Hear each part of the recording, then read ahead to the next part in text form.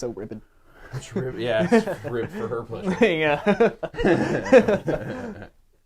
Just like it? Yeah, I love Take it. it easy, bro.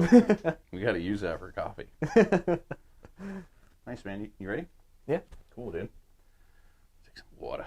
Some water. Yeah, dude. I got a little drunk with Artie yesterday. He brought over a 6-pack. Oh, really? He gave me 4 of the 6. He just kept pushing, just keep going. Yeah, he did. He kept just giving them to me. But yeah, and I hadn't drank in a while. But same. Yeah, I haven't. Yeah, that's right, dude. So, welcome, dude. Thanks for being here. Yeah, of course. Appreciate you coming over, man. Happy to be here. Yeah, dude. I know it means a lot to you. It does. Yeah, I don't have friends, so it's good. I'm married. I have no life. No. Yeah, this is actually your dungeon. This is my where you go to get away. That's where I masturbate in that corner. My wood shop. You actually made up the podcast to stay away. Yeah, just my wife's sick of me, is the truth. She's got the den with the dogs, and I have your shed. This.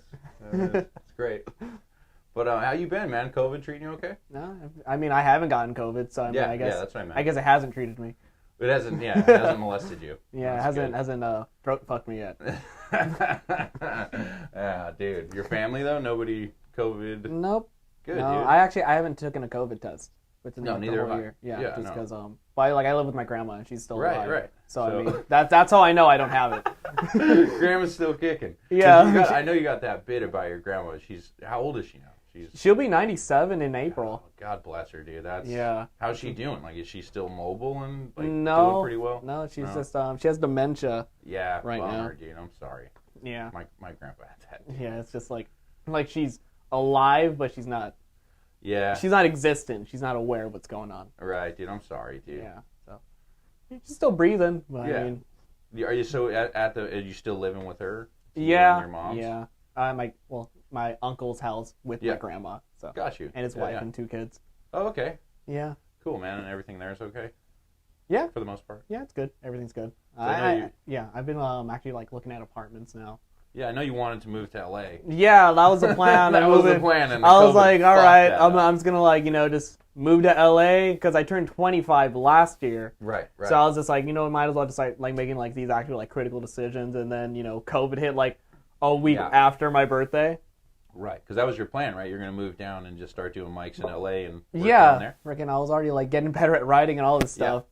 I wouldn't say I was making a name for myself yet, but I was like, I'll just showing my face more often where people are like, oh, hey, it's Jesse. But for sure. Oh, dude, you were the first person to take me down to Hollywood. Yeah. Show me the rounds, and we did the improvs and. Then I took you to Sal's, which was the back of a pizza place. Yeah, that was shady, dude. That was, it really was. It was you were leading our way, and I was real hesitant. Where the fuck are we going? It was down this dark corridor. And in the back was this huge room of. Yeah, I didn't even say anything. I was like, no, it's right over here. Yeah, it was weird, dude. We hadn't known each other too well, and we were just going. Yeah, we knew each other, but we didn't speak to each other enough. I think not enough to where we were going on this weird dark corridor in the middle of Hollywood. But no, that was fun, man. I appreciate you. Yeah, that was a fun run. Well, yeah, the Hollywood Improv was not knowing anybody and kind of going there, it's a little intimidating. But having you guys and showing you the ropes, we're like, oh, okay, this isn't. I had to learn. Well, it's not. Again, it's intimidating. So having somebody there, it's okay, this is how this works, and you just get the ticket. Yeah. Wait in line forever. Because the Ventura County scene or the Harbor scene, how I used to call it, because we all used to go to the Ventura Harbor so often. Right. That's usually where I end up meeting everyone. Mm-hmm. The Ventura Harbor scene is so different from the actual LA comedy scene. For sure. Yeah. For sure. What do you prefer one versus the other? I think I've made better friends with people in Ventura just because I'm local and we can speak to each other more often. But LA is pretty tough. But I like it though because it's you're overcoming something when you actually get better and get those laughs. So I actually do like the LA comedy scene. For sure. I haven't been there in a year. I've been actually wanting to go back. The few folks that I know down there and what I see, it's similar to what we're doing, where it's parks and where they're still trying to figure it out too. Because I'd love to go back down there. And I want to go, but it's I don't want to just go in a park. Yeah, well that's the thing. We drove all the way down there, and it's kind of exactly the same as what we're doing. Yeah, I don't want to shiver in the cold. Yeah, that kind of, as soon as it got cold. We're doing them in parks, we're doing beaches, hiking trails. Yeah. Listen to me, please. I have something to say. Exactly. It's just, I haven't done too many of the outdoor mics because I'm just like you said, it gets dark too quick. I get out of work like at 4:30. Those start like at 4. Right. Yeah, that's been my thing, dude. It's great for Amy and Isaiah putting them on, but like, dude, I've been working and get off at 4. Yeah. Like getting there, it's like, dude. Like I gotta drive home, then I gotta shower, I gotta eat. Or even skipping that part, and it's like, It's just, and then it's all right. Now I'm just gonna go shiver for like 2-3 hours. Sure, yeah. And then by the time I get up, it's pitch black. No one can see me. Everyone wants to go home. Everyone's like so huddled up. Yeah, it's been like they're fun though, man. Like I mean, every once in a while to hit them. Do you get a chance to go to Jake's, the pizza chef? The one that he did recently. I came in as it was starting, so I didn't get a chance to see everything. Oh, I didn't go to that one. Yeah, it was a good turnout, man. Like they did. I heard it looked really good. Yeah, it was a fun show, dude. Everyone did well, and it seemed like folks are like they want to go out. They're just thriving. It was like, let's just do something. Like people are hungry for just like entertainment, or just not sitting at home. Yeah, it's been over a year now. We're getting there. All right, dude. Enough is enough. So, what's been like your favorite mic down at? Do you have a favorite one in LA that you go to? Favorite one in LA? Yeah, like a spot, like maybe your favorite memory, like maybe the comedy, because you got to go up to the Comedy Store, at the the Improv. Those are great. Yeah, I really liked going to the Hollywood Improv. Nice. It was fun. That's where like I met a lot of people, and like it was really just like the same amount of people at the Hollywood Improv too. So it was just like they were kind of like their own like inside jokes at that specific mic, which is what I really like. It was really funny. Kind of like the same people got up. Sometimes Rita, she was the manager, I think, of the Improv. So pretty much like if you had a good enough set and she would see you, she would give you like at least an opportunity to do like a Sunday show called LabWorks, which was another open mic. Right. And you would just get like a longer set, and you just keep doing that, and you progress more, and eventually she'll put you on a late show like at 1 a.m. on a Friday, which was pretty cool. I haven't done the late show. I did get the Sunday set though. Oh, dope, dude. Yeah, that was really great. And then I really like. Is it in that same room at the Improv? No, it puts you in the main room. Oh, hell yeah. Yeah. That's cool, dude. I didn't know that. You got to do the main room of the Improv. I didn't do the main room. Okay. Actually, sometimes the Tuesday mic would be in the main room. Oh, okay. So sometimes, but I wouldn't do like the late night show that I was talking about. Oh, got you. Yeah, and then that was pretty fun, dude. How they gave you that opportunity and getting drawn though, because how many tickets? There's like hundreds of comedians, right? At least 200.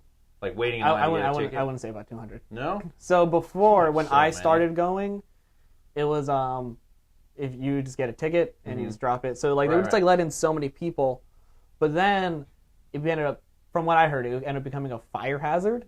Oh, it seemed like, dude, that room is packed out. Yeah, the lab, it's very... it's a little smaller It's room. very small and compact. Yeah.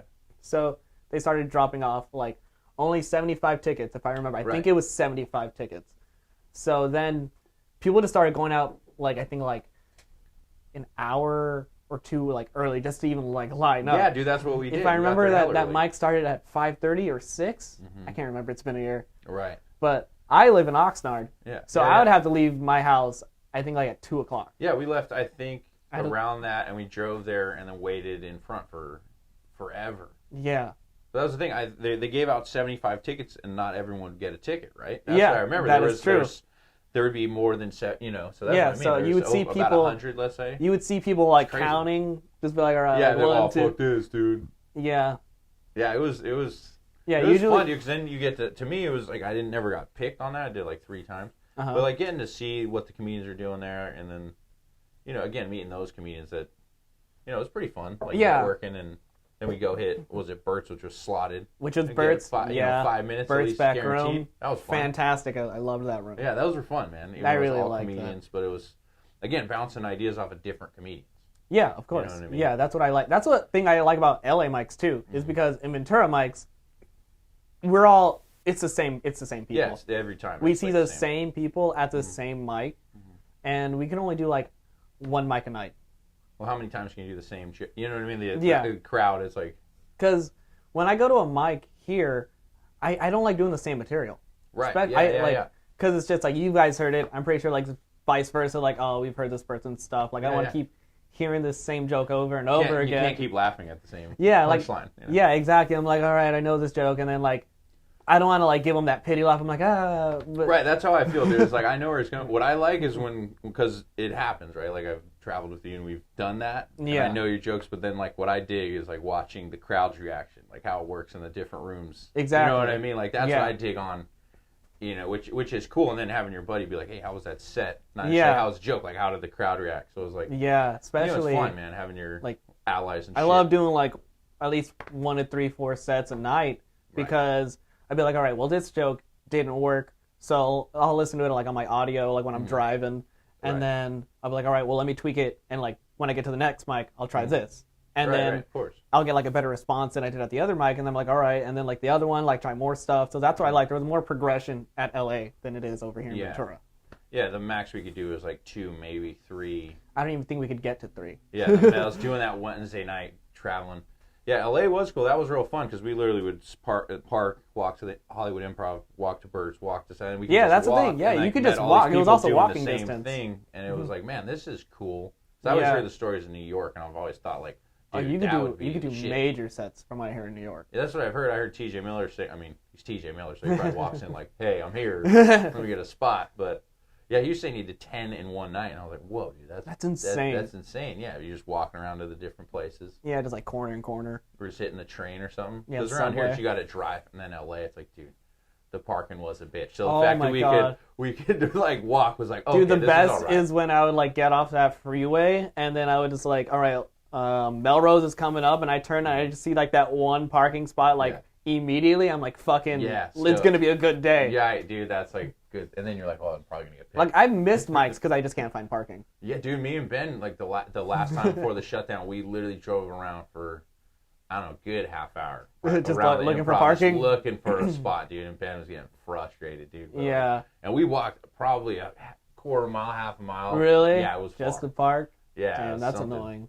It is what it is, dude. LA is.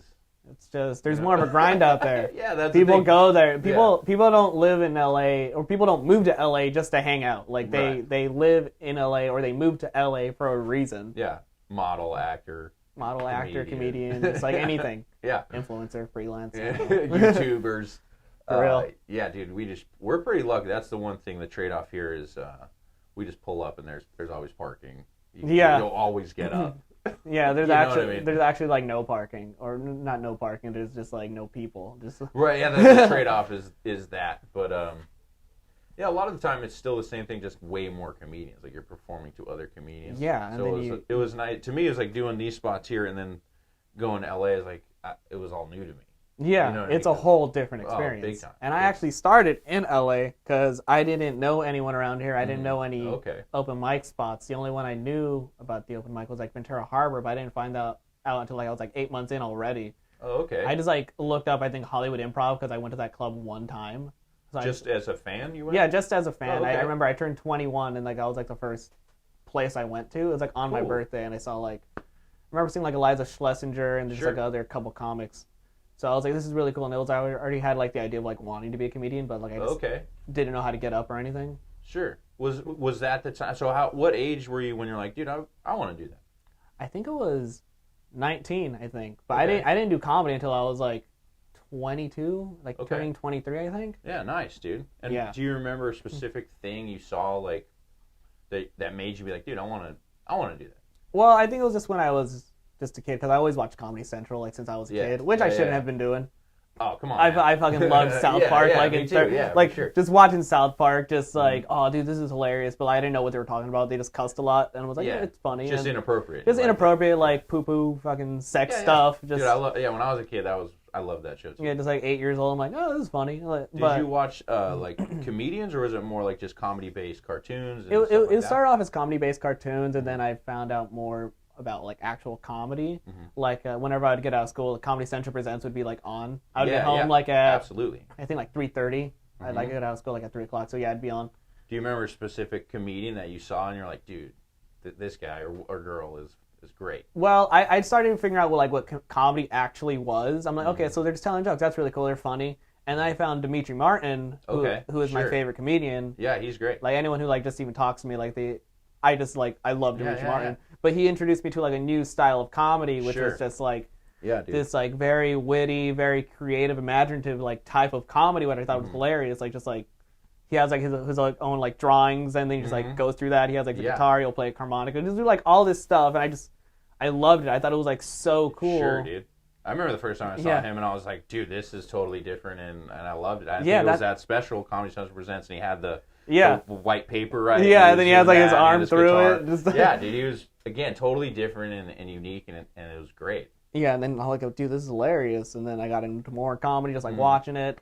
Cool, man. And then I didn't really think about like being a comedian until, like I said, 19, because I started high school and I wanted to be a rock star. Because you were in some bands and I was getting like into like the emo stuff, and then I found out what metalcore was, which is like my favorite music genre. And then, I got a bass at 17. Okay. Like, started learning how to play, started bands, trying to get into you were in some bands and still play music now, right? Yeah, I still play. I'm not in any bands, but something like I still want to do, like, in like I've been, like still writing music. I haven't. Oh, hell, that's fucking cool, something I still want to do is just like at least come up with like maybe like a small EP of like songs that I've made. That'd be hella cool. Because I could play more than one instrument, but I think I want to just get like a lot better.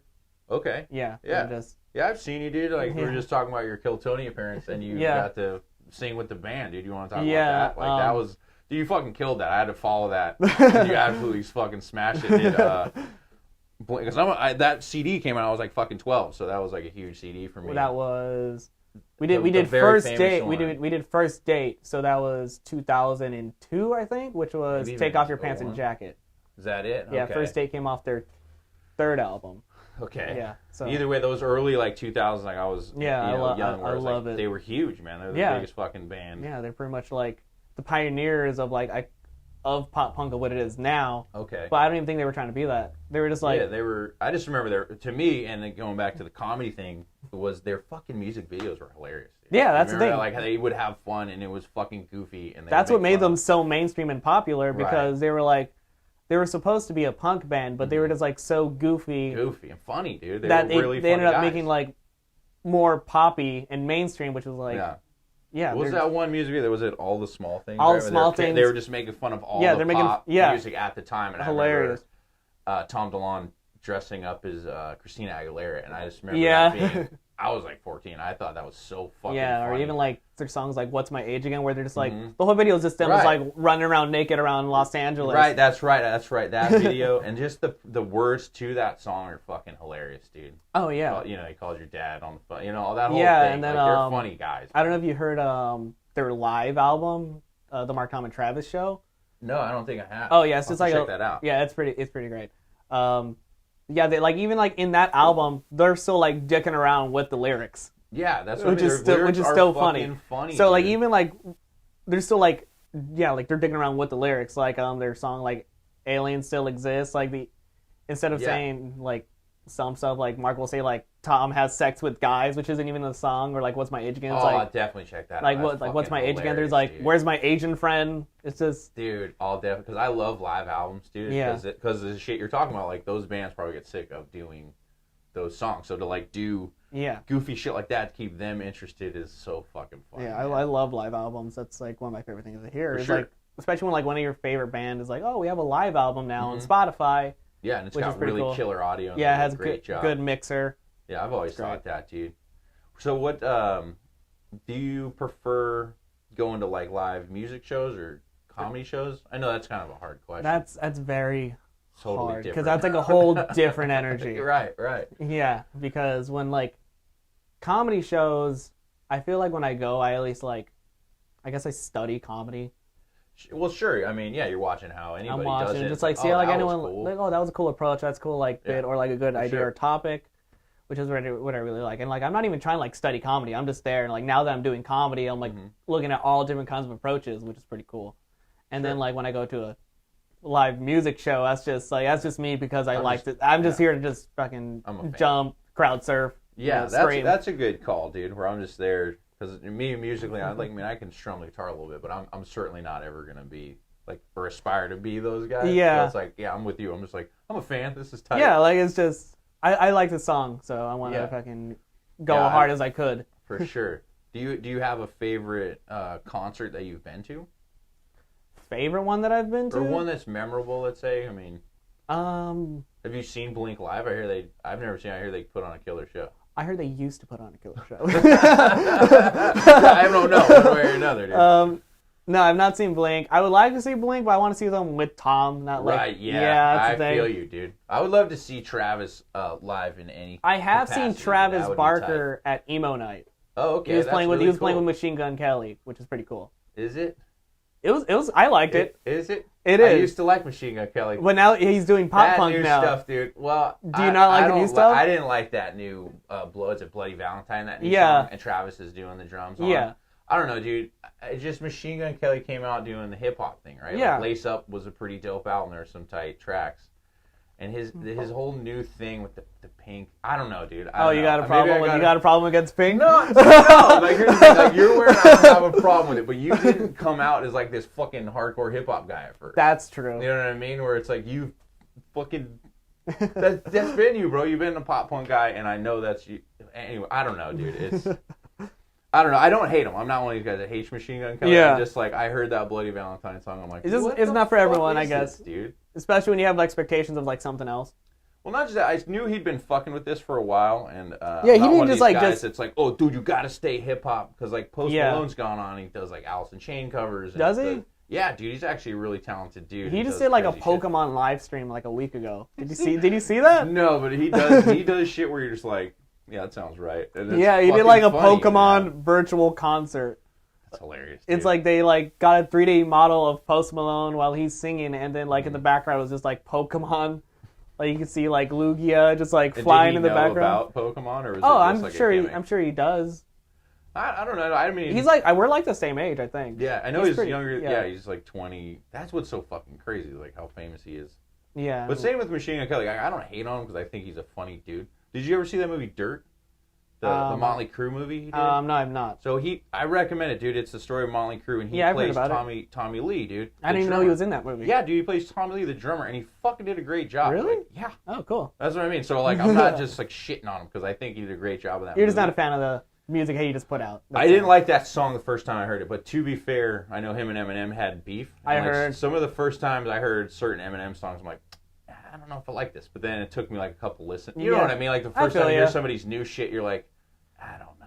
Yeah, I totally get you. You know? And even if you're not a fan of someone's new music, there's still the older music that you can still listen to. Oh, that's what I'm saying. I'm not gonna shit on the guy and he's fucking trash at this. That. No. He's a very talented dude. Because there's bands that have some albums that I fucking love, right? And they take a different path, right? Where they have newer stuff where I'm just I'm just not a fan of this, and I just don't dig this fucking album. Dude. Yeah. But I'm not gonna shit on them. Some people fucking hate it. They're you need to fucking change your... You need to go back. You need to change right now. And I'm just well, they still have these albums on Spotify or Apple Music. So it'd be different if they just removed those, because then I'd be pretty upset. Sure, yeah, that's the thing, because I recently saw one of those car shows. Iration did the Ventura Harbor. Or the parking lot there. And anyway, the point of the story was there's this guy next to me just yelling, play your old shit. The whole show. And I was like, you know what I mean? And I was enjoying the whole thing because, you know what I mean? I'm with you. If an artist wants to take a right turn, it's I'll come with you. And if I don't like it, I'll just stop. I don't need to fucking tell you what to do. Exactly. So many people shitting on whether it's an actor or a musician. Yeah. You don't hear it so much in comedy, I feel. But tell the old jokes. Yeah, that's the thing. Where it's you need new shit. Do the old bit. Dude, I don't like it. You know what's funny, though? You say that as I've seen Gabriel Iglesias probably 4 or 5 times, and he does that at the end of his sets. He does his greatest hits. Yeah, and I don't really care for it, but people are yelling for him to do it. Yeah, it's kind of weird though, because you know the punchline. I know the punchline. Because to me, I'm with you, dude. But I don't mind. If you see a comedian within 1 or 2 years, they're still working on a special or something. So it's okay, maybe that joke's different. But Fluffy has those very famous, very famous, and he does a highlight reel of them. That's pretty. A Cliff funny. Note version, and people yell the punchline. Yeah, he did that. It was one of his most recent specials, if I remember. Oh, he kept it in the special because I've seen him live, and he does it, and the fans love it. So I'm I can't really shit on it because it's they're requesting it. Yeah, and it's a cool thing he does. Dude, I saw him at the Ventura Harbor, the fair, right, one year. Oh, yeah, he did that. I remember that. And the fire marshal just shut it down because it was a free show. Yeah, and I think it was like over capacity, totally. Way over capacity. I was there, and it was fucking packed, and he crushed, and he did like well over an hour of his normal material, like an hour and 15 minutes, and then did another 15, 20 minutes of like the old greatest shit hits for the fans, and it was like, he's just a great performer, and he's a very nice guy. He would go to Levity a lot, just like to perform and then just to hang out. That's really cool, dude. Yeah, my old man was at LAX just waiting to pick somebody up, and Fluffy and his feature Martine were coming off the whatever, and they bumped into him, and we've seen them together, me and my dad, and he approached him, and he was like, stopped to talk to my dad for like 15, 20 minutes. Both of them did, and like thanked my dad for being a fan, and it was like little things like that make me... Yeah, it's like, you're the reason why I'm able to do this. Well, just that they take a moment. Yeah. Again, he, like, mom was like, hey, Fluffy, and he walked up to him, you know what I mean? Didn't just be like, fucked off. Some people could be just like kind of like shrugging him up, like, oh, hey, what's up, picture, came up to him and was like, hey, dude, like, what's up, how you doing? And I was like, dude, that's sick. My old man loves telling that story, and we've seen him together, like I said, at the Arlington, we saw him at the fair together. So it's like, we're huge fans of him. That's great. And the fact, like, he goes to Levity. We did. That's the other thing. Like, we got to do Levity, and I was like, man, that's pretty cool. Yeah. So Dimitri Martin, do you think, like, is he your guy? Because Fluffy's one of my guys. Like Dimitri Martin, I remember when, like, I started comedy, I tried to be like him so hard. You've seen me do the guitar. The guitar bit. I tried the fucking one-liners. That was when I first saw you, dude. You did Copper Blues. You came out, it was the first time I ever saw you had your guitar. And I thought that, I'm like, oh, this is very much like Dimitri Martin, but the bits were your own. And I was with my wife at the time, and she usually doesn't come to those open mics. Oh, really? But she came back. Thank God, she doesn't have to. Very new. No, well, that was like super new. You never bring your spouse or the girl you're talking to an open mic. Well, a girl, my wife, wanted to see what the fuck I was doing. But, no, we were there having drinks together watching, and you did, and she was like, dude, I fucking really I like this. This is really great, because, like, keeping time. Like that was hard. Yeah, dude, hard. That's where I'm just like...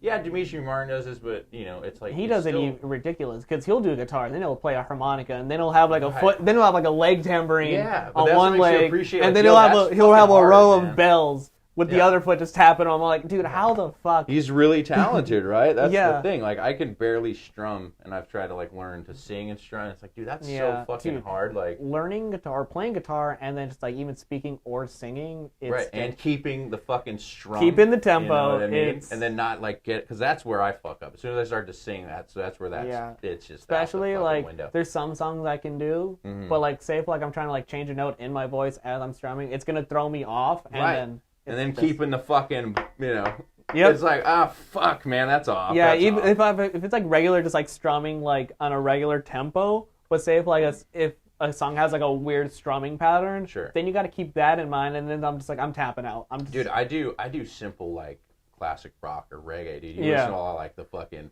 power chord stuff where it has those quick fucking... Yeah. It's like, dude, I couldn't even.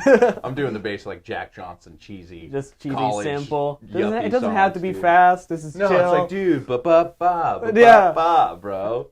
Yeah, and then there's shit like da-dum-ba-dun-dun, and I'm like, I can't. No, yeah, that's the thing, dude, and I really respect the Dean Del Rey's and Josh Adam Myers. They put on those... Like hilarious. Those rock comedy shows where they're doing covers and like Bill Burr's playing drums and Mark Maron's fucking amazing. Ripping on the guitar. It's like, what the fuck? Josh Adam Myers' goddamn comedy jam is... Yeah, that's what I'm talking about. That's something like I want to be on. I would love to just like go to a show as a fan, because I remember I got to open for Dean Del Rey like last year. And then, like, right after that, he put on that show where all those guys that was in an arena did this fucking, like, AC/DC and, like, Rage Against the Machine covers. So sick. Like, it was, like, awesome. Maron, Bill Burr, Dean Del Rey. Yeah, all the guys we love. And they even got, I think, like, Slash showed up and other, like, dude, that's just like, insane. Damn, dude, that's fucking tight. Dude, comedians have the plug. Well, that's what's cool. I mean, in the Kill Tony, like you mentioned, those guys having the band gives it, like, this unique... It just gives it a whole different atmosphere. Right. It kind of, and that's... I mean, I was playing with the idea. And they do something different every show. Sure. Well, it makes it unique with the band, with the comedians. I mean, I wanted to do that and produce a show where there was either comedy first and then music after, or vice versa. Yeah. Like kind of like a reggae style show.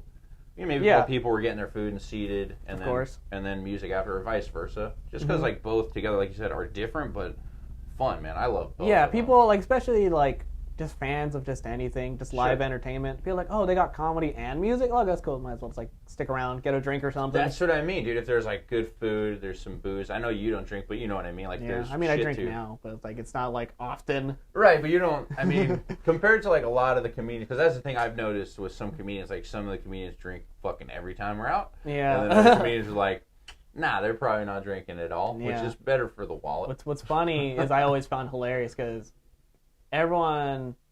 And like, well, not like everyone, but like a lot of like my friends in comedy smoke. Yeah. And I don't smoke, but like I want to talk to them, and like say we're waiting for a mic, but they're all passing a joint around pre-COVID, and then like they hand it to me, and they're like, I'm just the guy passing around. That's literally, but like I still want to be in the conversation. I know. Yeah, so it's just I'm that guy outside to be like, hey Jesse, you want to come? It's like it's fucking awkward. It's just I'm like, all right, yeah, we're chatting. Do you still think it's awkward? Like being the guy, because I remember when I was younger, before I was smoking, awkward. And it's like being around people smoking, I felt awkward because I wasn't smoking yet. It's kind of, I kind of see it as like more humorous. Yeah, that's what I mean. It's like, it's a little bit awkward. No, man, I respect it, dude. That's what I mean, because like Ben would smoke a ton of weed and not drink, and he would hang out with us and not give a fuck. We'd smoke a ton of weed. So sometimes you guys just ditch me at Gigi's, and I'm like, oh, where'd everyone go? Oh, that was so pre-COVID, like when Gigi's was going on, everyone fuck off outside and not be watching the set. And you were left alone in the bar to perform to an empty bar. Like, thanks, stoners. When the only audience member is the bartender. Exactly, yeah. Yeah, it's actually just there hanging out. Which bit should I do? You've heard them all. Yeah. That is the worst, when like you finally get up after 10 a.m. Everyone goes outside. And they see your buddies, and like I'm just there yelling at you motherfuckers to come back in. Back of their heads. Yep. I'm here. Oh, I'm like, finally, let's get this over with. Let's try that new bit. Everyone leaves, and you're like, of course. God damn it. So, on the subject of that, dude, what do you have a least favorite moment on stage, or just a time, that didn't go so well that you can remember, Probably like my earliest, when I was doing comedy. I just remember I just had a bad night. Yeah, sure. That's what I mean. Like a night that didn't go right. Especially when you're new, and you're when you're new, you're just trying so much stuff. You're just trying to be like, okay, like, how do I want to be? Like, how, like, I was kind of just like forcing myself more to be funny than like how I am now, like organically. Just like I'm more of myself on stage now. Okay. Before I was just trying to force it. I was trying to be like my own character. What do you mean force it? Like, can you give me an example? I don't know about like. I remember the first time I saw you, like you said, you had the guitar bit, and those jokes were funny with the guitar. Like. Yeah. I mean, you're a funny guy. Yeah. But what do you... Thank you. Yeah, but, for sure. Not to, be blowing you or nothing. Yeah. You're welcome. I don't know. I feel like I was just trying too hard, in a way. Like, my first year, before I met you. Yeah, I was just trying too hard. Like, I was just... lingering on a subject that was just, not working. And or just, like, a topic. Just trying... Or, like, like how some people just try and be, like, just go straightforward and just be offensive. Like, some shit like that. Sure. Yeah. Yeah, it's a fine line, though, right, with the way we do it, because it's a dive bar. Like, you kind of have to say outlandish shit so people are... Like you said, all your buddies' heads are fucking this way, and you got to get them to turn back around. But, yeah, all those things, like... If you see me on stage now, like, my voice doesn't even change. Like, it's just... I'm not like... All right, I'm on stage. All right, let me put on, like, a whole persona. It's not like that anymore. I think I was trying to be like that. I think I was trying to be like, I'm going to be a star, in a way. And it didn't work. I was still trying to find my voice. Sure. Yeah. Well, at first you literally said and admitted that you were doing a Dimitri Martin. Yeah. You caught yourself. I've heard a bunch of people say that. Like we've talked about Jeselnik. We're both big fans of it. Yeah. And he said early in his career, Dave Attell was the big guy, and he caught himself at one point doing Attell, which I believe a lot of comedians were at the time. But yeah, dude, I stopped listening to certain comedians, dude. Like Bill Burr and stuff like that, because I was such a big fan. And, he has this very unique cadence. Oh, you kind of, mimic their cadence without even knowing?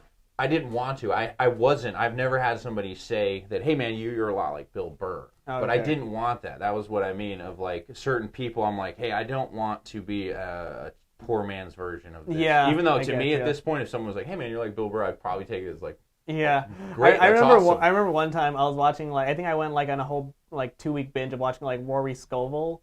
Who was he's a very hilarious comedian. Yeah. Do you know Rory Scovel? Yeah. I've seen some of his from stuff. South Carolina. So I watched 2 weeks of him, and then so like the next time I was going on stage, like unintentionally, I kept doing like Southern accents. Oh yeah, because I was just like watching so much Rory that like it was just. Yeah, that's what I'm talking about. I remember I caught myself doing it, and I was like, I gotta knock this shit off right now. That's exactly what I'm talking about with Bill Burr, because for the longest time I listened to his podcast, and he says certain words like. Like, yeah, dude, and like do that, and it's like, I don't want to be doing that. Like, it is funny, but like as a comedian, like I'm with you, like trying to find your own voice and be like, hey, I don't want to sound like, or somebody be like, hey, dude, this guy's just ripping off. He's just ripping off Bill Burr. Like, hey, you see this guy? Look at this guy. He's just another angry Irish guy, just yelling on stage. Like, we get it. You like Bill Burr? Yeah. So it's it's so hard just to like not do that. Yeah, well, that's what I mean, because I look up to these guys, and and I started at 32, dude, and I remember being a little kid, probably like 10 or 11, listening to George Carlin tape, and just thinking, like, dude, what a cool job. That'd be a cool job. Yeah, and I always thought that, but I never acted on it till 32. Yeah. And I've always been a comedy mega fan, so, like, love it. You know, geeking out on it. So, to me, when I go even watch these open mics, and I like watching you guys. Yeah. You know what I mean? It's like when somebody does well like you or somebody I know, I'm like, I love when my friends do so well. I'm like, fuck yeah, dude, he figured it out like on that bit. But I also love it when they straight up just dig themselves a hole in a room. Oh my god. Then you just get to watch them suffer. Quite a few Dude, times. I fucking did that the other day at Patty's. Yeah. I heard that there's a gay bar in Ventura, right? There's a gay bar in Ventura that's allowing kind of like comedy in their patio. Okay. And then you know me. I have some bits.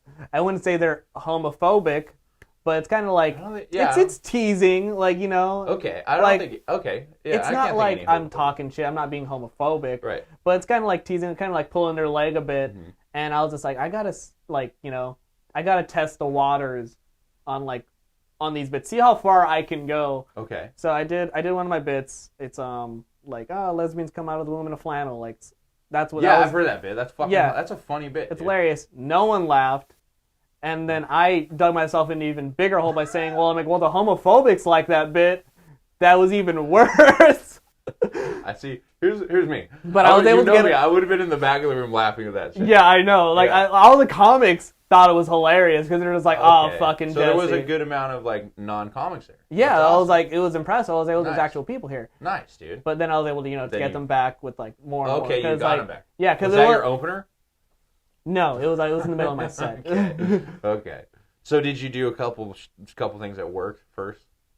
And it was going okay. Yeah, just like my regular stuff. I have like some newer bits I've been working on, and then I'm like, all right, well, I'm gonna let's just try like the gay stuff. let's get into the second bit. Yeah, dude, I have that bit about going to prison and then like how long it takes. Yeah. Like I would definitely do that there. Yeah, of course. Yeah. I mean, I like your bit or like your tag is like it's like waiting in line. I mean, it's day one shit. Yeah. I had to do that. I mean, you've seen me do fucking horribly and have to like recover or just it didn't recover and it was like, well, I think one of the times where you were bombing terribly at the Thirsty Ox and I didn't make it any better by playing some Jewish music. Nagila Hava is what you were playing. But here's the thing, I didn't know that's what you were doing at the time. Because me and Aaron and Jake are crying in the corner. You were in the back over here. And I specifically remember this moment because it was one of the worst moments on stage. I told this the other day with Hector, but real quick, I did a joke about there was all those riots happening, and it seemed like Whitey was on his way out. This was not the recent riots. Also, no, this was like a year and a half ago. Yeah, pre-COVID. I can't remember. And this joke, this joke did work at a previous time. I've only seen you do that joke in that room. I've only done it twice. I did it once and it worked, and I did it this time, and I've never done it again. And you just retired it? You're like... Dude, that night was fucking rough, dude. I did it, and the premise was Whitey's getting overthrown, and don't act surprised when white people are swinging from trees, is what I said. Yeah. Specifically did not say lynching, but everyone heard lynching for some reason. People still come up to me and ask me about this bit. Yeah. But a Hispanic gentleman who I knew and a black gentleman who I also knew were sitting right here, right in front of the stage, and they were like, whoa. I think that's what made it dark, worse. Bro. I think that's what made it worse. It was, dude, no, that started it, and then you guys thought I was fucking hearing the Nagila Hava thing, so it literally went like, oh, and I'm like, because like the audience pulled back, dude, and then I pulled back, and there was this weird fucking, I remember just standing there, dude. If you didn't get those woes, I think it just wouldn't, I think it would have flew over everyone's head. That was the thing, though, it didn't. And they heard it, and I don't think they would have except for the O's, because you guys clearly weren't paying attention. You were making fun of me playing the Hava music. But then, dude, there was this awkward silence. I'm like, I almost got off stage about like 3 minutes into the 8 minutes. Oh, my God. And because I didn't know where to go from there. And I was like, and I said that into the mic, and Connor, I could hear all of you laughing at this point at me in a bad way. And Connor was like, do the fall bit. And I was just like, should I? He was like, yeah, do it. And I was like, fuck it. And it saved the set. Yeah. I came back because it was because that joke is so soft. It's about fall. Yeah, it's literally about the leaves changing. So I did that bit and did a couple more jokes, and I come off. And my favorite part of this story is that the very talented, very funny J.P. Brown followed me, who is a black man. And of course he was following me and addresses it because it's easy pickings. That like, of course I'd follow the guy with the lynching joke. Of course. Like, it's easy. It's easy. I didn't say lynching. Yeah, that's what I try and do. That was, and I've had worse sets, to be honest. But that one was notable because everyone was involved in it, I felt. I remember it. That's actually one of my favorite things to do is like I'll pay attention to the comic before me and see if I can get anything off of their set. Yeah. Kind of like, tease them a bit on my set. I always try and do that. I think that's a good point. I do that too, where even the first two people before me, maybe not tease them, but just have something, maybe something they brought up that you had something with it to like, like, hey, let's hear it for them, and like, it's complimenting their set, and then also. Yeah. You know what I mean? Not like stealing their premise. That's not what I mean. I love shitting on the comics the whole time. Sometimes I love like saying doing that like, if it's like you. Like I know you. Like if I don't know the comic, I don't like doing that because like I don't know. Like maybe they'll take it wrong. I always love doing give it up for someone or give it up for the comics you've seen so far, and everyone's like and then I'm like, all right, get ready for this, and then I love that's doing different. that. That's not like that's what I mean. As long as you keep it like cheerful and not like mean spirited. That's where I'm like. Yeah, let's do this fucking guy. Fucking all these dudes suck. Like, no, you're gonna lose them so fast. And then like the comics aren't gonna respect you if you just do that. Especially if you have a shitty set too, which is worse. Well, like you said, that's kind of a weird way to start it. Yeah. It's like, dude, this guy sucked dick, right? Like, how bad was that? But that's the thing. Sometimes when it is this weird, awkward space that you're stepping into, you have to address it. Yeah, especially when there was like... the person was doing dark material when there's a weird aura for 5 fucking minutes and everyone's like kind of sick of it. It's like, if you're not going to address that, it's going to stay off. David Bravo on Thursday, he had like 5 minutes of like yeast infection. Bro, I followed him. He did that. He did the Eve's Juice fucking thing for like 5 fucking minutes. And I had to come up and I went in, I came up and I fucking leaned into him.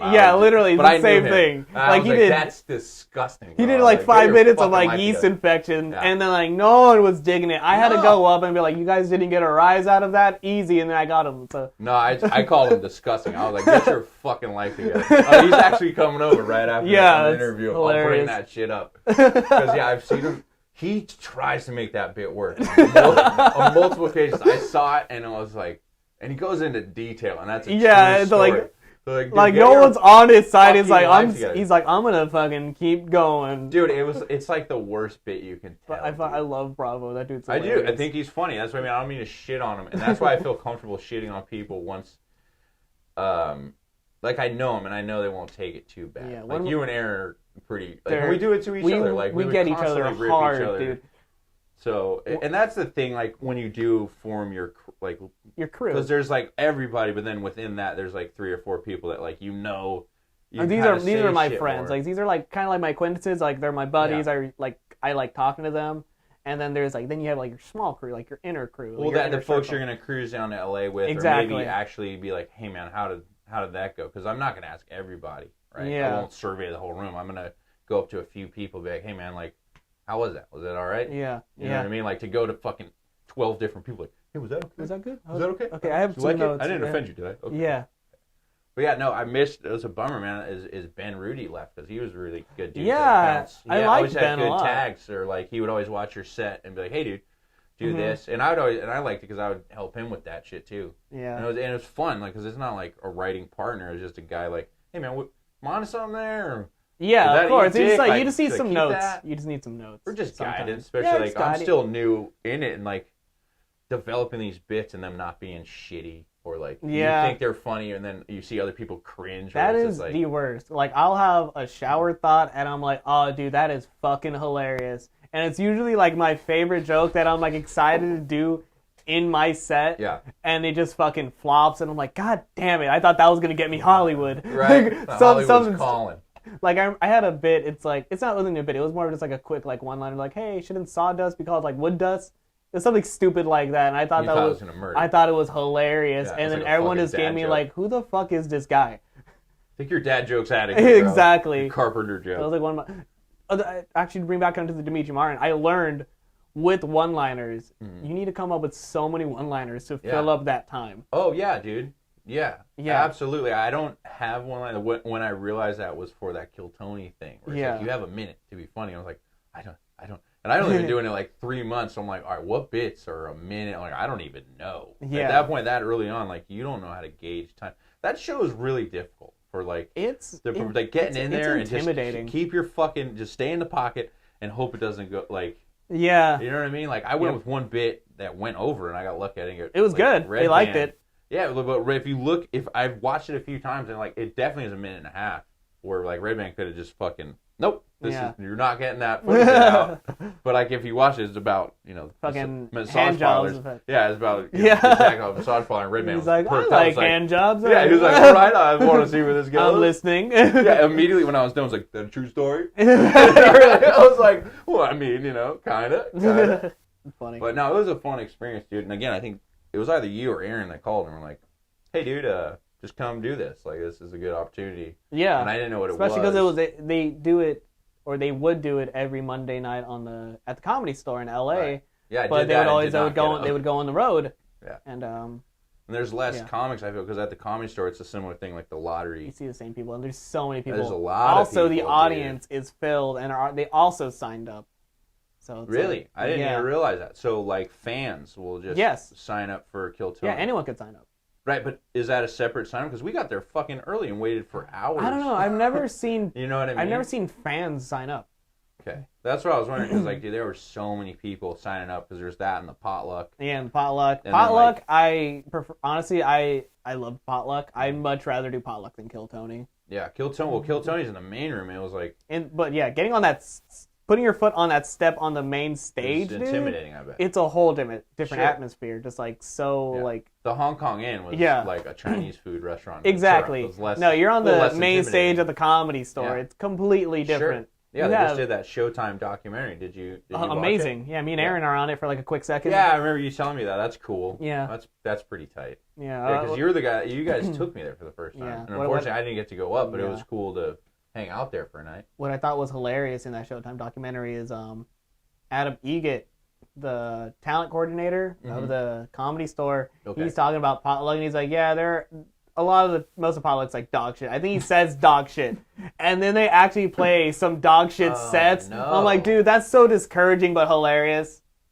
Like, did you know the so they were like, we were there. A lot of the open micers, this segment is shitty. And then they showed actual open micer sets. That's so discouraging. Just imagine. Or the most motivating thing ever, bro. That either makes or breaks. Yeah, he's like, I'll show them. But yeah, I thought millions that was hilarious. of people watch that. Yeah.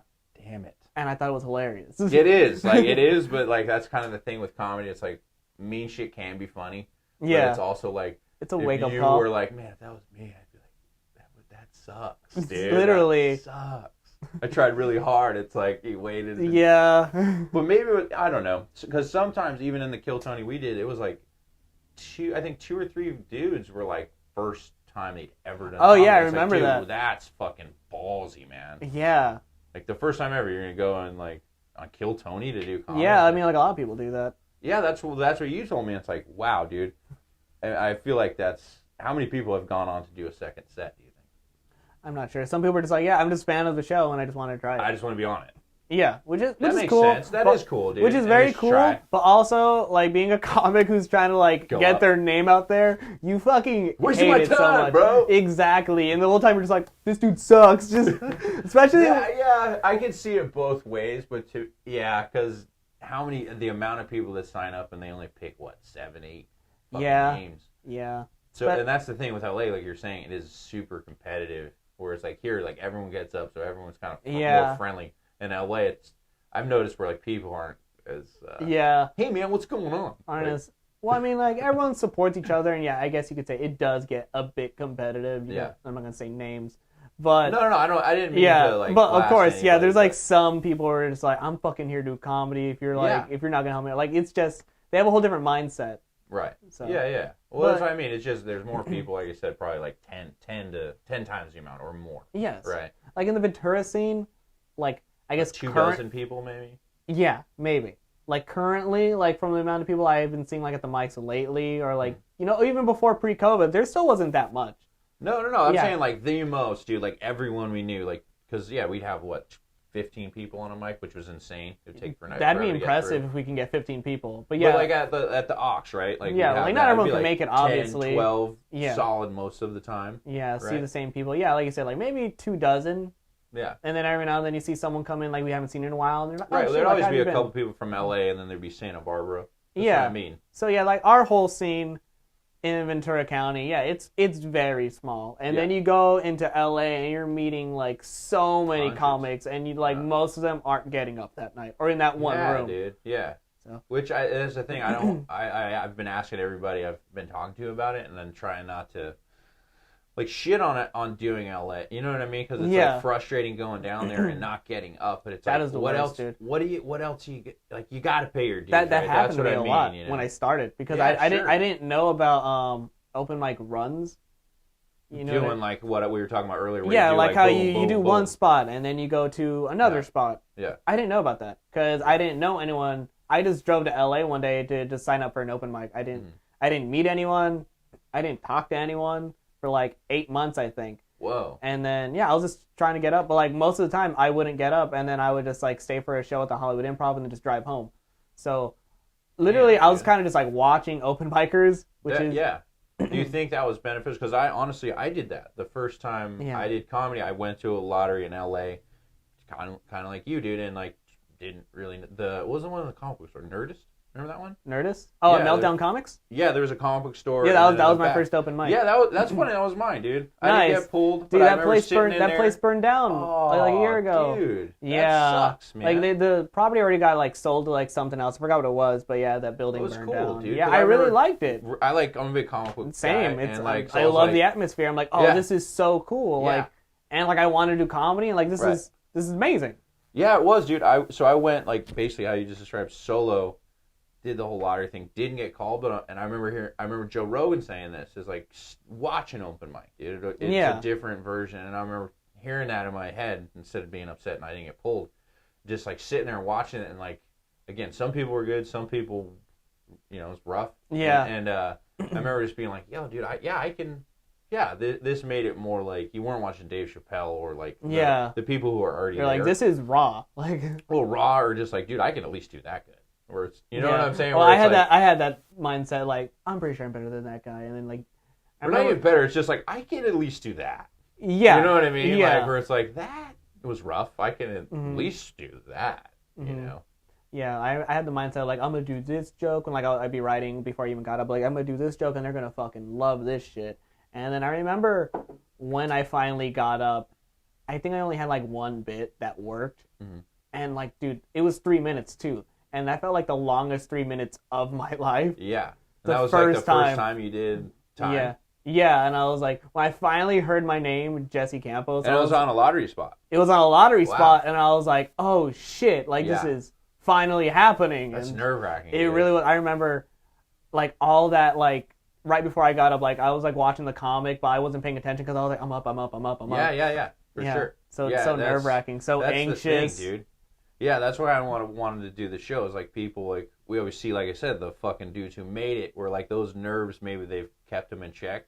But, like, for us, dude, like, yeah, dude, it's fucking nerve-wracking. Like, dude, your first you gotta time? go do this, or it's like, even your new moments, dude. Like for me, I'm still new. So like the first time I did levity, or the first time I did of even course. LA spots, dude. Like doing the comedy store, like you're saying, dude, that's fucking nerve-wracking. Oh yeah, for sure. Of course, there's like when there's like a moment like now, like if it's an open mic, I don't really get nervous. I like It's just I've done enough. Right? But say if like I'm doing a show. Yeah. Or like something that just kind of like feels like I'm happy that I'm here. Like doing like these open mics got me to this position. Even like getting up at potluck or like doing a levity show, I still get nervous before I get on stage. Like I'm more like I'm just more excited, just like have like all these emotions. I'm anxious, and then when I finally get on, they just go away. Right. Yeah. That's usually how I'm in, dude. It'll settle in, but like right before. Like, I usually can't, like, when I'm super, like, that levity show, I was freaking the fuck out. Jake was crushing. I felt like that. I was like, oh, my God. My first levity show, like, my friends wanted to hang out before, and I was like, I can't. Like, I just... Yeah, no, dude. I'm trying to figure this out. Before a big set. Yeah. Do you do anything, like, calm your nerves? Because, I mean, honestly, I have a drink. Yeah, I have, like, shadow 2 box. drinks. That's you think like, oh, I do that jokingly. I don't know. No, I've seen you do it. It's funny though, dude. It does get that like because it's like this anxious, fucking nervous energy, but you're just excited to get up there. You want it to go. It's just everything, man. Yeah, you're just like looking forward to it. Yeah. I don't know if I have any rituals. Something I will do. Say if like I'm at an open mic and then there is a dead mic, like no one's into it and there's no energy, and I'm just like. I gotta like figure a way to like how at least make myself comfortable, get like the energy up for myself. Like I'll go away and like I'll put like my headphones in and I'll just listen to like some music, you know, like I'll like do like some air guitar just to like at least get like the blood flowing, something like that. So when I get on, I have energy, even if they're dead, so I can at least like try and bring something up. So that's something I do. That's good, dude. Definitely trying to read the energy even before you go up. That's a good thing, dude. Yeah, because when you're doing those dive bar shows, and you're like, you almost gotta hype yourself up sometimes. Like, there's no energy. I don't have literally, energy. like, fuck. The people will look at me like, just like, what the fuck is this guy doing? Like, why is he doing air guitar singing Paramore? Yeah, dude. I know what you mean, man. Yeah, I kind of just, I'm like pacing. I just can't sit still. I remember somebody was like, dude, why don't you try sitting down? I was like, dude, that'd make it way worse. Sitting down, like, Jesus Or at least, Christ. like, go over your set. I try to do that, but at a certain point, like when you're right about to go up, like, you can't really see it anymore. I hate when I forget to do the new bit that I was writing. Dude, I had that bit. Yeah, it happened to me the other day. I get off and I was like, I fucking forgot that bit. Like, thinking about it all goddamn day. Yeah, literally. I gotta wait next week. Yep. That's funny, man. How do you usually go about writing your stuff? Do you have like a basic premise that you take to the stage and then fine tune it up there, or do you have it kind of hashed out before you get on there? It's kind of different now from when I started. Like I would kind of just like trying to get like some experiences or something, like go somewhere. Like I remember I went to like a museum in LA. I'm like, hey, what's funny about sculptures? I don't know. It was something stupid. I try to like go like to places and try and get some ideas. Like I said earlier, when I was just trying to like force myself to be funny. Now in my writing process, it's kind of like experiences. Like, oh, like this happened to me this past weekend, so I'm gonna talk about it, or just like something just like comes into mind. I'm like, oh, this is funny, or like a trendy topic. So yeah, my writing process is like completely different. Like before, I used to just like sit down and write, but I just couldn't do that because like I feel like I would just get bad writer's block. So I don't want to say like, oh, the jokes come to me. It's not that, but like once I actually have an idea of what I want to talk about, that's when the actual writing happens. I'm like, okay, so here's what I want to talk about. Here's the idea. Okay, what can I work around this? Or like, what's a tag? That's in your notebook, dude, or are you like on stage kind of working this It's on the phone. You do notes on your phone? Yeah, I do the notes on the phone. Got you. And do you write, like I said, like hash out maybe like the full bit, or is it kind of like just bullet points of like, okay, this is gonna... When I had the notebook, I would do the bullet points. Now I kind of just like write it out a bit. At least when I write it out the whole bit, I can figure out like how I'm gonna say something. Like I won't like read it like a script. It's just like the idea like how I want to say it, and then I'm like, okay, there can be like a little like tag right here in this. So, but then I'll put like hit like return so it's like spaced out. Yeah. And do you add in between like your cadence or your timing, or like add pause? You know what no, I mean? Like I think and rework the writing after you performed it. Ever? I think that's just how I am. Like when I speak, like when I say it, I think for like pauses or anything like tags, I think it just comes out naturally. Yeah. Yeah.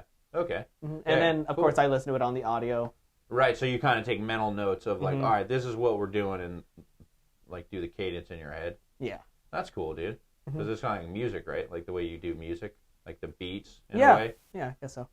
Well, I was just curious. You're like a music guy. Like I don't do it that way in any way. Like usually a lot of everyone times. has their own different writing. Well, that's why I asked. I've asked pretty much everyone like how they go about it. Like, I mean, obviously every joke's a little different. Yeah, of course. Like, where it's like, I like to leave it open where like on stage where it leaves you kind of goof with it on it. Like those dive bars you gotta just who I am now. Goof. Like if you watch my set from like when I started to I am now, like to like my most recent set, I'm just being myself. Like sure. I'm just that's what we're all trying to do, right? Like you don't want to be like you said this fake character of yourself. Yeah, right? I noticed my writing has gotten a lot better from the break that I had of like because of COVID. Oh, okay. My writing has gotten so much better. Oh, that's cool, dude. Yeah. So you've been doing a lot of writing during all this craziness? I think it's because of Twitch streaming actually.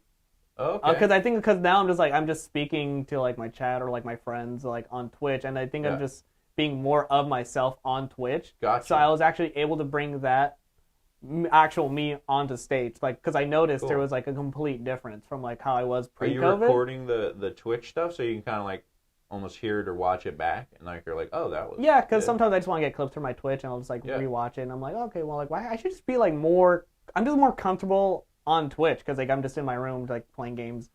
So I was just getting more and more comfortable on stage when I finally started doing those open mics outdoors. Yeah, you're starting to use some Twitch material on. I have a Twitch joke, but I mean like maybe premises that you pulled out at a Twitch moment. But there were even bits that I had like I just say completely different. Oh, okay. Just because I'm just like, this sounds better the way how I say it like this now. Because I'm just like, I wouldn't say I would read it like on script. I still had like a different cadence, but it was working. But like I noticed it works a lot more just from like how I am now on stage, and like I'm able to like work my bits into each other, which is there you go. Yeah, dude. You think it's the video gaming, huh? Maybe. I don't know. No, dude. That's a good thing, man. You know what made me think that? Because I don't, I don't really game or anything. But I was watching. I follow Tony Baker online. And he posted a clip of him doing that, playing Grand Theft Auto with his friends. Yeah. And it was fucking hilarious. Dude. I'm like, oh, okay, I get it now. Like, this is fucking it's funny. It's great. Because we did that too, but it was mainly like together. We'd all get high and drunk and like, but anyway, that's cool, man. Because my brother and one of my best friends actually, they play Fortnite together all the time. Okay. They're both like, yeah, dude, we actually talk to each other more than talk to you. Yeah. I think what it was, because like I would go to LA a lot. I think I did care on how people would think of me. Honestly. What's that? The video game thing or the in general? Just more like I just wasn't as goofy as I should be on stage, how I am now, I guess. Because I did care to be like, oh, you're pretty. I don't want them to be like, Jesse's pretty fucking weird. Like, not like, I know we're comics, but Jesse's pretty fucking weird. So I kind of did care about that, honestly. Oh, okay. But. And you think more recently you're just like, fuck it. Yeah, and I think it's because LA, of course, like what we said earlier, it's like it's intimidating and it's competitive. But. Now I really just don't care. I'm like, this is just who I am, because I'm really just like putting myself out there, and I think Twitch streaming did help me a lot like that. Are you getting how's that going? Are you getting like viewers and stuff like that? I get some viewers. It's not like something I can go like full time. I can't like quit a job and do it. It's just Well, I'm just curious on how that works. Like you just kind of stream and if people like it's similar to other social media stuff. I just do it for fun. Cool. I would like to do Twitch full time, but I mean, like, it's not like a position where I'm gonna do this full time. Yeah, I would like to get there. Something I would like to do would be like a full time Twitch streamer during the day and like comedian at night, something like that. But that'd be pretty badass. I can't bank on that right now. Like I've only been doing it like almost a year, and I still gotta like grow my channel because it's practically nothing. Well, yeah, I mean, similar to what we're doing here with this, like, building that following or like getting that done. So it's like, we'll kind of cross that bridge when we get to it. I hope the content is, of course, good, like with our guests and stuff, pretty much. But dude, like I said, that's cool, man. That'd be a cool little gig, dude. Paying your bills with comedy and gaming, dude. It's the dream. Like that's just there you go. It's fun. That was gonna be one of my questions, dude. Like your goal in comedy, and that's. Yeah, dude, that's like a pretty great goal. But my goal. Working comedian and like. And now I'm playing Zelda. Twitch. I'm playing the newest Zelda during the day. Yeah, people are like stoked to hear you, because that's the thing, dude. Like I said, Tony Baker's just funny doing those dog videos. He does all these different avenues of stuff. And like I was watching him do Twitch. I don't watch him normally, just an Instagram clip, and I'm like, that's fucking hilarious for his fans that do like that. Yeah, you know what I mean? So right on, dude. That's fucking tight, bro. I mean, what else can we cover? Any movies or anything? Like really? Are you a big movie guy? I know you're a comic guy, a music guy. I never talked to you. I watch movies, but I'm not like a huge movie guy. I'm not like movie nerd. Yeah, like there's movies that I enjoy watching. Yeah. But like nothing crazy. Like I mean, I of course I like the Marvel series, and then you're big into there's the DC movies that are flopping, but like I'll still watch them just like. Yeah, dude, that was unfortunate, right? What they did with like Justice League and. Yeah, I heard about the Snyder Cut that comes out like next week. Of Justice League? Yeah. No. Okay, so I know Zack Snyder. I know who you're talking about because he did Man of Steel, which I very much enjoyed. Yeah. And then Batman, Superman. Martha. I mean, dude, I'll be honest. Like, it had some moments of like it was dope, but yeah. I personally enjoyed Ben Affleck's version of Batman. Oh yeah, I think he's great. I think he's phenomenal. Thank you, dude. Most people will not agree with that. People do not like him. I'm like, they shit on him all over. I thought he was really good. I did too. I loved how dark they went with Ben's. Yeah. Like they branded those motherfuckers. I was like, okay. That's fucking. Yeah, it's dark. Yeah, but dude, and then what was it? Henry Cavill, right? Is the actor Henry Cavill? Cavill. Okay, played Superman. Dude, he did a fucking great job as Superman. Yeah, he was amazing at it. He was, dude. Yeah. And I was like, everyone shit on those movies, dude, and I was like, all right, man. Mm-hmm. Justice League again was hot garbage, but I saw it. I saw it opening day. Yeah, I thought it was great. You did, and then later rewatching. I was kind of like, "Movie's dog shit."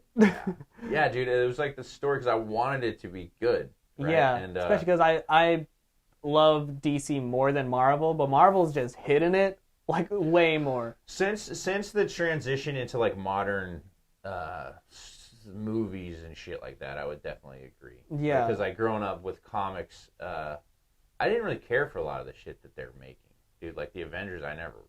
Oh really? Like, dude, no, not at all, dude. My guy was Spawn, dude. I've Spawn, talked to you about this, dude. I hate Spawn in Mortal Kombat. Is he? Yeah, I don't play the video. He's an asshole. Is he? Well, yeah, I don't know the storyline, but they ruined that movie too. Really? With Michael Jai White, who's a great cast. It was just they kind of just fucking went this. That's weird the worst direction. when they like get like a good actor or like someone to like represent this character, and it's great just, representation, dude. They just fucks up. Yeah. Yeah, I actually recently watched an interview with him, and he was trying to be real nice about it.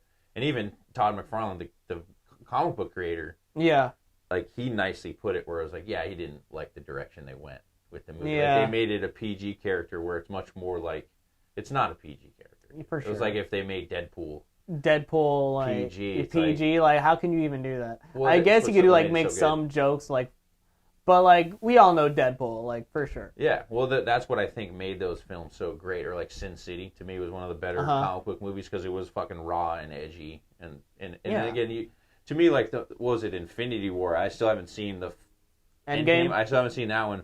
But to me, I loved Infinity War. Not the whole thing, but like the end was so great because the final cliffhanger. Well, the final fucking scene was Thanos just looking out over the lake, just sitting there, bro, and like he won and like the bad guy won. Dude, I remember watching that like in theaters. Yeah, dude. Where it was just like it just shows him and then it just ended and I'm like, wait, what the fuck? Like yeah, no, I was so happy with the ending of that film. Cause again, I don't like I said, I'm sure Endgame, dude, is like Thanos loses. You know, like those movies, that's what I mean. Like same with fucking pretty much all Disney shit where it's like, you know, the good guys are gonna win. Like, of course. They're gonna win, and that's the same with a lot of Marvel shit, and that's what was cool, like Sin City or like more edgier comics. Yeah. Where, you know, where it's just like, all right, dude. And the MCUs, they're great, but again, it's just like how many times do you know the outcome? Of course. So it's just how they're gonna put it, which is like they always do an amazing job with it. That's true. That's what they've done. They've missed a few times, but overall, I think they have done a great job. But it was just like I said, as a comic book guy, I always kind of at a later age kind of went with them. You know, like Spawn, like of course. Spawn, or like Sin City. Yeah, I mean that's why I like DC comics. Cause, they're just darker. Yeah, a little darker. Yeah, and Batman literally he'll crack someone's neck. Yeah, that's the thing. It'd be like cool, he'll crack someone's neck and be like, all right, where is he? Like, yeah, dude, that's why I like about Spawn is just graphic and gory. Yeah, in the mid-90s it had like boobies in it, and I was like a little, I was like 7. I was just like, oh, this is great. I remember seeing Freddy vs. Jason in the opening opening is just like titties, and I'm like, this is amazing. That's what I mean. When you're like a little kid, and it was like you're looking back, I was like, it's dumb, but like, when you're a 12-year-old boy, it's like, this is you're like, fuck yeah, yeah. This guy understands. Especially when you don't expect to see it. Oh, that was like, yeah. So like I said, I was like mid '90s, like the gratuitous sex and violence. Like they still have the violence, but like boobies and stuff have been taken out of most films. Yeah. It was like that was my childhood, dude. Like for real, gratuitous sex scenes and like too much blood. Yeah, in the '80s, that used to be called like the cheapest virtual effects. Because it's just like we don't have budget for like cool CGI. We'll just show some tits. But even the CGI then was just trash. Like the Marvel comic movies they did make in the '80s. I recently saw Terminator. Which one? The first one. Oh, so amazing movie. I think it's great. It is. But like when you see the T-1000, like the first time the exoskeleton. And that's then the first one you're talking about. Yeah, the first one. Yeah, the first time you see it, it's just like it comes out of it's like a rolling picture film with like a really bad background. But that was shot in like '84 or something. Yeah, that's what I'm saying. Like we've come a long way. I don't want to shit on the movie, but I remember seeing that. I'm like, what the fuck is this? Like I thought it was hilarious. We're spoiled now, dude. That's for real. Because even like Jurassic Park, like the first Jurassic Park, that was like the first time like they fucking did that shit. It blew people's minds. Yeah. But Terminator, I recently rewatched that and was like, dude, that one holds up, bro. It really does. Like, it's Arnold a great is movie. A fucking great bad guy, dude. Yeah. Like when he like is menacing, dude, where he kills those women in the beginning. Yeah. It really sets the pace of like, oh, he's a fucking bad guy, dude. For real. Yeah, man. That movie holds up, dude. Because I recently watched the newer Terminator, the last one. I haven't seen that one. It's okay. That's what I mean. After the first two, all the ones have been kind of. Oh, really? I've only seen the first one. First one's good. The second one's really good. The other ones are enjoyable. They just don't have the same kind of magic, I guess, as the first two. Yeah. They made like Sixth Sense. Yeah, especially when you like just keep doing movie, like the same stuff. Well, dude, there's like Fast and the Furious 95. Like, dude, I haven't even seen any of those. Dude, I got a buddy, it's his favorite. Like, really? Dude, yeah, he won't shut the fuck up about it. And then they got that spin-off, Hobbs and Shaw. Apparently that was dope as fuck. Really? It looked. I saw the trailer, which was like the whole movie. They're just like pulling a helicopter with like a truck. Yeah, yeah, dude. So like my buddy who loves these told me this. He's like, they basically used to try to make it look real or like seem real, and then like after like the third or fourth movie, they were just like, hey, fuck that, dude. Let's just make it like totally unbelievable. Let's just do. It's ridiculous. Yeah, there's like just jumping off mountains in their truck. Shit like that, where it's just like, yeah, dude, this is totally not real. They're like towing a fucking... Literally towing a helicopter. Yeah, just... And the helicopter's losing. I think the new one, they literally go to space or some shit. Like, so somebody told me, and it's like, wait till you see the new one. Like, dude, I haven't seen any of these. I think they're just doing that on purpose. I think so, dude. Because the fan base is there, dude. They do make a shit ton of money, and like like my buddy is a 34-year-old fucking very successful real estate agent, and it's like he loves these stupid ass movies, dude. Yeah, like, diehard fan. Yeah, I mean, like they're a fantasy movie. Honestly, like it's just a movie. It's just like, no, it's let me enjoy it. Let me enjoy this world. Yeah, I can't do it, dude. I tried sitting down and watch because he always said I'm like, dude, turn this shit off. It's so ridiculous. So it's like it's humorous. It is funny because it's so corny. Like the one scene my buddy showed me, the Rock and Vin Diesel square off, and they're having this hand fight scene, and the Rock's like 6'4", 260-pound monster, and Vin Diesel's like my size, dude. And they made them like kind of try to look alike, and Vin Diesel spears the Rock. I'm like, turn this shit off. Oh, I didn't even know that. Turn it off, dude. I didn't even know that. Yeah, dude, I saw that one scene, and I was like, dude, turn it off. You're lying. Well, it's just like the movie magic I get, but like, yeah. You know what I mean? Like, I know what you moments, mean. I'm like, get the fuck out of here, dude. Yeah. Ben Affleck fighting Henry Cavill was like kind of believable. Like they're the same size guy. They made it look realistic. What I love about Dwayne "The Rock" Johnson is that he'll somehow manage to like do a rock bottom in the middle of his fight scenes. Yeah, well, I feel the fans expect it, and like the director knows. Because we hired you for one reason. I know him as The Rock because I loved wrestling as a kid. But yeah, he'll just like let me rock bottom this guy through a wall real quick. People's elbow. Yeah, that's what he'll take off the elbow pad. Yeah, I grew up on him too, dude, as a wrestler, and him and Stone Cold. That's the time you're talking about. Yeah, dude. So I don't know if you've heard of this story, but that was so popular back in the day. All the comedians in New York wouldn't work Monday. Just to watch Monday Night Raw? That's like amazing. Patrice O'Neal, Bill Burr, Bobby Kelly, all those guys would like hang out at their apartment and watch Monday Night Raw to see what The Rock so sick, and Steve would say, dude. So it's like, yeah, I remember as a kid thinking how magic that was. Yeah. And it was like, yeah, dude, he's the most famous guy. Yeah, dude, hilarious. Nice, dude. Well, it's been running, how long have we been running on this? Yeah, dude, unless you have anything else to say to the world. I don't know. I'm Jesse Campos. I'm coming for you. Check out my Twitch. That's all I want to plug. Nice. You want to plug it? What's your Twitch? Just Zelda Hunk on Twitch. Nice. I'll put all that like in the Thank you. bottom lines. But thanks for being here, man. Yeah, thank you, man. Fun. Oh yeah, check out some outdoor comedy if you can. Yeah, come out. See us, we need it. We need it. We need the love and the For tips. Real. Yeah. Sweet, dude. Well, thank you, man. That was dope. Dude.